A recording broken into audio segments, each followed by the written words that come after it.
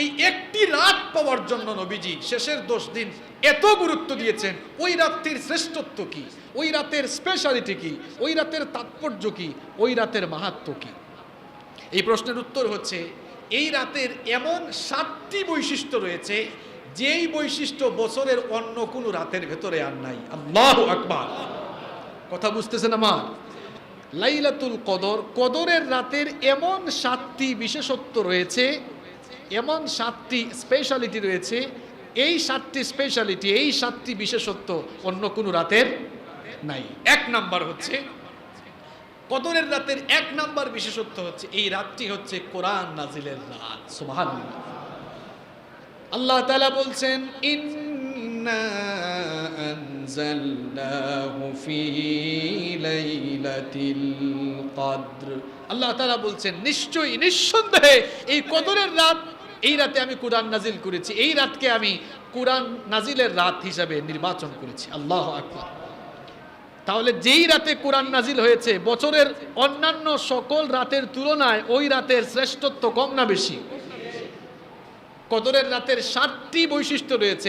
1 number বৈশিষ্ট্য হচ্ছে এই রাতটি হচ্ছে কোরআনুল কারীম নাজিলের রাত। 2 নাম্বার হচ্ছে এই রাতটি হচ্ছে এমন গুরুত্বপূর্ণ ফজিলতপূর্ণ রাত, এই একটি রাতের নেক আমল 1000 মাসের নেক আমলের চাইতে আরো উত্তম। সুবহানাল্লাহ পড়বেন না? আল্লাহ তাআলা বলছেন, লাইলাতুল কদরি খায়রুম মিন আলফি শাহর।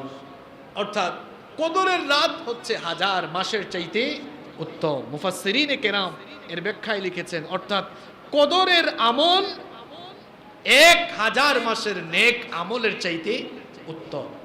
এই উম্মতের প্রতি, আমাদের উম্মতের প্রতি আল্লাহ তাআলার একটি বিশেষ অনুগ্রহ হলো, আমরা হায়াত পেয়েছি কম, কিন্তু সুযোগ পেয়েছি। কথা বলেন না কেন? আমরা হায়াত পেয়েছি কম, কিন্তু সুযোগ পেয়েছি। ইবাদতের এমন এমন অফার, এমন এমন মৌসুম আল্লাহ দিয়েছেন। এই যে কদরের একটি রাত, এই অফার আল্লাহ দিয়েছেন। এই কদরের রাতটাকে কাজে লাগাতে পারলে আপনি 1000 মাস সমান, ক্যালকুলেটরে হিসেব করলে দেখবেন 83 বছর 4 মাস। 83 বছর 4 মাস হয়। এখন তো মানুষ 83 বছর বাঁচে না। বলা হয় যে এখন নাকি মানুষের গড়ায়ু কত, গড়ায়ু কত এখন 50 থেকে 60, এটা বলা হচ্ছে। তো 83 বছর বাঁচবো কিনা আমরা জানি না। যদি লাইলাতুল কদর আপনি পেয়ে যান, আপনার নসিব হয়ে যায়, আর ওই রাতে ইবাদত বন্দেগী করে ফেলতে পারেন, ওই রাত যদি নসিব হয়ে যায়, তাহলে এক টানা 1000 বছর, 1000 মাস, অর্থাৎ 83 বছর 4 মাস এক টানা ইবাদত করে আল্লাহর কাছ থেকে যে পরিমাণ সওয়াব পাওয়া যায়, কদরের এক রাতে ইবাদত করলে আল্লাহ তাআলা ওই সম পরিমাণ সওয়াব আপনার আমলনামায় দান করে দেবেন। কত বড় অফার, কত বড় অফার! এই অফার রয়েছে রমজানের এই শেষের 10 দিনে। কদরের রাতের 2 নাম্বার স্পেশালিটি হলো ওই রাতের নেক আমল 1000 মাসের নেক আমলের চাইতে উত্তম। পয়েন্টগুলো মনে রাখতেছেন তো? কদরের রাতের কয়টি বিশেষত্ব রয়েছে? 7টি। 1 নাম্বার, এই রাতটি কোরআন নাজিলের রাত। 2 নাম্বার, এই রাতের নেক আমল 1000 মাসের নেক আমলের চাইতে উত্তম। নাম্বার 3 নাম্বার হচ্ছে এই রাতটি হচ্ছে মুবারক, বরকতময় রাত। এই রাতটিকে বরকতময় রাত হিসাবে ঘোষণা করেছেন কে? আজকের রাত বরকত, আজকের রাতটি বরকতময় রাত। এ ব্যাপারে কি কোরআন হাদিসে কোনো কিছু বলা আছে? কিন্তু বছরের একটি রাত হচ্ছে বরকতময় রাত। রাব্বুল আলামিন ওই রাতটিকে বরকতময় রাত হিসেবে ঘোষণা করেছেন। কোরআনুল কারীমের 44 নম্বর সূরা, সূরাতুদ দুখানের ভিতরে রাব্বুল আলামিন বললেন, ইন্না আনজালনাহু ফি লাইলাতিন মুবারাকাতিন ইন্না কুন্না মুনজিরিন। আল্লাহ তাআলা বলছেন, নিশ্চয়ই আমি এই কোরআনকে বরকতময় রাতে নাজিল করেছি। কোরআন তো নাজিল হয়েছে লাইলাতুল কদরে, অর্থাৎ কদরের রাতে, অর্থাৎ রাব্বুল আলামিন যেই রাতে কোরআন নাজিল হয়েছে সেই কদরের রাতকে বরকতময় রাত হিসাবে ঘোষণা করেছেন। সুবহানাল্লাহ। তাহলে কদরের রাতের 3 নাম্বার বিশেষত্ব হলো এই রাতটি হচ্ছে বরকতময় রাত, ঘোষণা করেছেন কে? নাম্বার 4 নাম্বার হচ্ছে এই রাতে আল্লাহ তাআলা এত বিপুল সংখ্যক এত বিপুল সংখ্যক ফেরেশতা নাজিল করেন যা বছরের অন্য কোনো রাতে নাজিল করেন না। রব্বুল আলামিন বলেছেন তানাজ্জালুল মালাইকাতু ওয়ার রূহু ফিহা বিইذনি রাব্বিহিম মিন কুল্লি আমর। আল্লাহ তাআলা বলছেন ওই রাতে ফেরেশতাকুল এবং রূহুল আমিন অর্থাৎ জিবরিল আমিন এই রাতে আল্লাহর নির্দেশক্রমে অবতীর্ণ হয়ে যান। আল্লাহু আকবার। তাহলে কদরের রাতের 4 নাম্বার স্পেশালিটি হলো এই রাতে আল্লাহ তাআলা এত পরিমাণ ফেরেশতা পাঠান, অন্য কোন রাতে বছরের অন্য কোন রাতে এত পরিমাণ ফেরেশতা দুনিয়ায় পাঠান না। কদরের রাতের 5 নাম্বার বৈশিষ্ট্য হলো এই রাতের শুরু থেকে শেষ পর্যন্ত ফজর পর্যন্ত এই রাতটি হচ্ছে শান্তিময় রাত। ঘোষণা করেছেন কে? আল্লাহ তাআলা বলছেন সালামুন হিয়া হাত্তা মাতলাইল ফজর। ফজর উদিত হওয়া পর্যন্ত এই রাতটি হচ্ছে শান্তিময় রাত। তাহলে কদরের রাতের 5 নাম্বার বৈশিষ্ট্য হলো এই রাতটি হচ্ছে শান্তিময় রাত। ঘোষণা করেছেন কে? কদরের রাতের 6 নাম্বার স্পেশালিটি, 6 নাম্বার বিশেষত্ব হলো এই রাতটি হচ্ছে ভাগ্য রজনীর রাত। এই রাতে মানুষের ভাগ্যের ভাঙা গোড়া চলে। এজন্য নিজের ভাগ্যের পরিবর্তন যদি চান, নিজের ভাগ্যের পরিবর্তন যদি চান, নিজের সৌভাগ্য যদি চান, তাহলে কদর তালাশের জন্য বেপরুয়া হয়ে যান, কবর তালাশের জন্য কদর তালাশের জন্য পাগল পারা হয়ে যান। কারণ কদরের রাত এটি অন্যান্য রাতের মতো নিছক কোনো রাত নয়। এই রাতে মানুষের ভাগ্যের ভাঙা গোড়া চলে, এই রাতে মানুষের ভাগ্যের ফয়সালা করে দেওয়া হয়। রব্বুল আলামিন বলেছেন ফিহা ইউফরাকু কুল্লু আমরিন হাকিম। আল্লাহ তাআলা বলছেন এই রাতে প্রত্যেক বিষয়ের চূড়ান্ত ফয়সালা করে দেওয়া হয়। আগামী 1 বছর কারা জন্মগ্রহণ করবে, কাদের মৃত্যু হবে, কে কতটুকু রিজিক পাবে, কার কি হবে, অর্থাৎ ভাগ্যের সকল বিষয়ের চূড়ান্ত যে রাতে করা হয় সেই রাতের নাম কি? সেই রাতের নাম কি? রমজানের এই শেষ 10 দিনের ভিতরে লাইলাতুল কদর রয়েছে। এখানে আপনার আমার ভাগ্যের ভাঙা গড়া, ভাগ্যের হিসাব নিকাশ চলে, আর আপনি 10 দিন মার্কেটিং এ কাটান। এটা কোন নিজেকে বঞ্চিত করা, মহাকল্যাণ থেকে নিজেকে বঞ্চিত করা, এমনটি যেন না হয়। তাহলে কদরের রাতের 6 নাম্বার বৈশিষ্ট্য হচ্ছে এটি হচ্ছে লাইলাতুত তাকদীর, এটি তাকদীরের রাত, এটি ভাগ্য রজনীর রাত। কদরের রাতের 7 নাম্বার বৈশিষ্ট্য হলো এটি ক্ষমার রাত। এই রাত তালাশ করতে গিয়ে এই রাত যারা পেয়ে যাবে আর এই রাতে যারা ইবাদতের উদ্দেশ্যে দণ্ডায়মান হয়ে যাবে, আল্লাহ তাআলা তার সব গুনাহ মাফ করে দিবেন। বুখারী এবং মুসলিম শরীফের বর্ণনায় হাদিস এসেছে, বিশ্বনবী সাল্লাল্লাহু আলাইহি ওয়াসাল্লাম বলেছেন মান কামা লাইলাতাল কদরি ঈমানান ওয়া ইহতিসাবান গুফিরা লাহু মা তাকদ্দামা মিন যামবি। বিশ্বনবী সাল্লাল্লাহু আলাইহি ওয়াসাল্লাম বলেছেন যেই ব্যক্তি ঈমান আর ইহতিসাবের সাথে আল্লাহর কাছ থেকে প্রতিদান লাভের আশায় লাইলাতুল কদরে ইবাদতের উদ্দেশ্যে দণ্ডায়মান হয়, রব্বুল আলামিন তার পূর্বের সকল গুনাহগুলোকে মাফ করে দেন। এটি ক্ষমার রাত, রিজিকের রাত, বরকতের রাত, ভাগ্য রজনীর রাত, 1000 মাসের চাইতে উত্তম রাত। এত শ্রেষ্ঠ রাত আমাদের সামনে আসতেছে, আলহামদুলিল্লাহ। এই রাত যেন আমাদের কারো মিস হয়ে না যায়। এই রাত যদি আমরা যদি চাই, এই রাতকে যদি পেতে চাই, তাহলে 27তম রাতের অপেক্ষা করলে চলবে?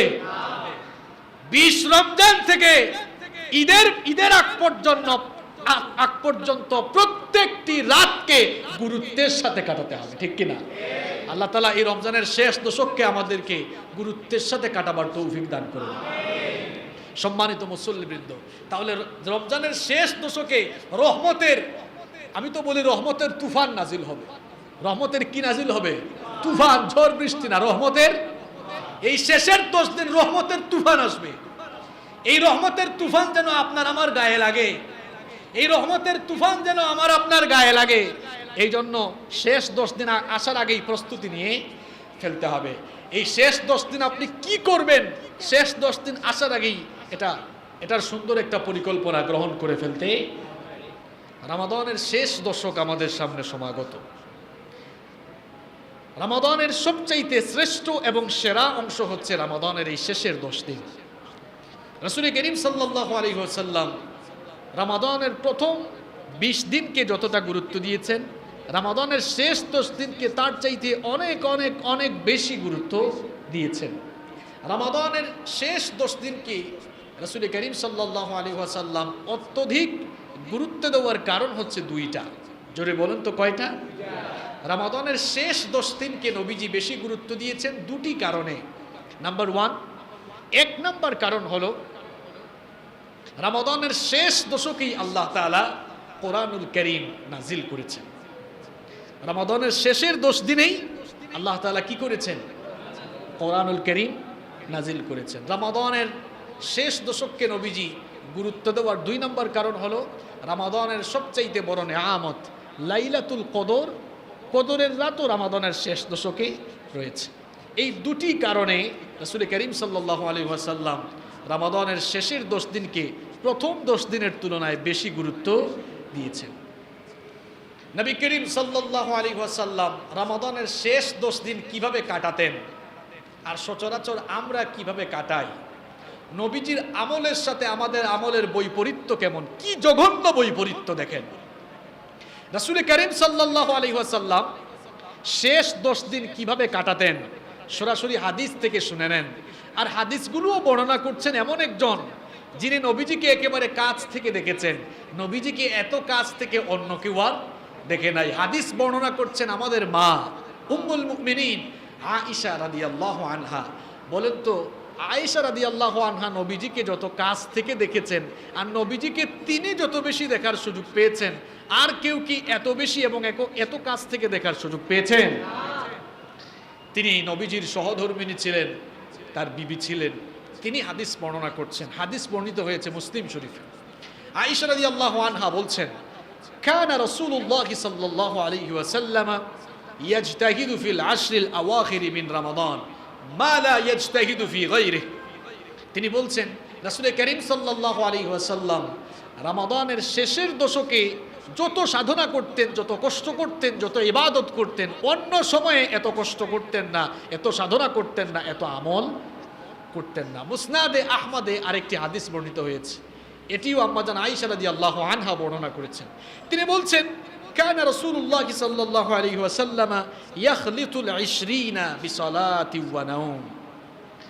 রাসূল করিম সাল্লাল্লাহু আলাইহি ওয়াসাল্লাম রমজানের প্রথম 20 দিন রাতের বেলা কিছু সময় ঘুমাতেন, কিছু সময় ইবাদত বন্দেগী করতেন। কিন্তু ফাইদা কানাল আশর শাম্মারা ওয়া শাদ্দাল মিজার, যখন রমজানের শেষ 10 দিন চলে আসতো রাতের বেলা একটু সময় তিনি ঘুমাতেন না। সারা রাত জেগে থেকে পরিধেয় বস্ত্রকে মজবুত করে বেঁধে সারা রাত তিনি ইবাদতে নিমগ্ন হয়ে থাকতেন। সুবহানাল্লাহ। একটি বিষয় এখানে লক্ষ্য করুন, নবীজির আমলের সাথে আমার আপনার আমলের কি জঘন্য বৈপরীত্য। নবীজি প্রথম 20 দিন রাতের বেলা একটু একটু হলেও ঘুমাতেন, কিন্তু শেষের 10 দিন রাতের বেলা একটু সময়ও ঘুমাতেন। আমাদের চরিত্র কেমন? আমরা যা পারি প্রথম 20 দিন একটু একটু ইবাদত করি, শেষের 10 দিন তো মাশাআল্লাহ রিটায়ার্ডে চলে যাই। প্রথম 20 দিন একটু একটু ইবাদত করলো, শেষের 10 দিন আমরা শপিং নিয়ে, মার্কেটিং, কেনাকাটা নিয়ে ব্যস্ত হয়ে পড়ি। করোনা মহামারী চলছে, তাও শপিং মলগুলোতে মানুষের ভিড় কমে না, আছে না নাই? মাঝে মাঝে আমি চিন্তা করি মানুষ এত টাকা পয়সা পায় কোথায়? এই করোনা মহামারীতে শপিং মলে কিন্তু ভিড় কমে না, ভিড় বাড়ছে। নবীজি শেষের 10 দিনকে ইবাদতের সময় হিসাবে গ্রহণ করেছেন, আর আমরা শেষের 10 দিনকে মার্কেটিংয়ের সময় হিসাবে গ্রহণ করেছি। এটা নিজের সাথে আত্মপ্রবঞ্চনা ছাড়া আর কিছুই হতে পারে না। নবীজির আমলগুলো আপনি শুনেন, শেষের 10 দিন তার আমল কেমন ছিল। আম্মাজান আয়েশা রাদিয়াল্লাহু আনহা এই হাদিসটি বর্ণনা করছেন, বুখারী এবং মুসলিম শরীফে এই হাদিসটি এসেছে। তিনি বলছেন কানা রাসূলুল্লাহ সাল্লাল্লাহু আলাইহি ওয়াসাল্লাম ইযা দাখালাল আশর আই আল আশরুল আওয়াখির মিন রমাদান। রাসূল করিম সাল্লাল্লাহু আলাইহি ওয়াসাল্লাম যখন রমাদানের শেষ 10 দিন আসতো তখন তিনি কি করতেন? শাদ্দা মিজারাহু, তার পরিধেয় বস্ত্রকে, তার পরনের কাপড়কে মজবুত করে টাইট করে বেঁধে ফেলতেন যেন ইবাদতে আরো বেশি মনোনিবেশ করা যায়। আর 2 নম্বর হচ্ছে ওয়া আহিয়া লাইলাহু, সারা রাত তিনি ইবাদতের উদ্দেশ্যে জেগে থাকতেন। ওয়া আইকাযা আহলাহু, শুধু নিজে নিজেই ইবাদত করতেন না, রমাদানের শেষের 10 দিন আল্লাহর রহমতের বারিধারা নাজিল হতে থাকে, সেই রহমতের বাড়িধারা থেকে যেন তার পরিবারের লোকেরা বঞ্চিত না হয়। এই জন্য ওয়াইকাযা আহলাহু, তার পরিবারের লোকদেরকে ঘুম থেকে জাগিয়ে তাদেরকেও ইবাদত করার জন্য উৎসাহ দান করতেন। তাহলে এই হাদিসগুলো থেকে আমরা জানতে পারলাম যে রমাদানের শেষ 10 দিনে নবীজির মৌলিক আমল ছিল 4টা। সবাই বলেন কয়টা? শুধু শুনে গেলেই চলবে না, মুখস্থ করে যান। রমাদানের শেষ 10 দিনে নবীজির মৌলিক আমল ছিল কয়টা? এর বাহিরেও আরো আমল ছিল, কিন্তু মূল আমল ছিল কয়টা? 1 নাম্বার, এই 10 দিন তিনি ইবাদতের প্রতি বেশি মনোনিবেশ করতেন, এই 10 দিনকে বেশি গুরুত্ব দিতেন অন্য সময়ের তুলনায়।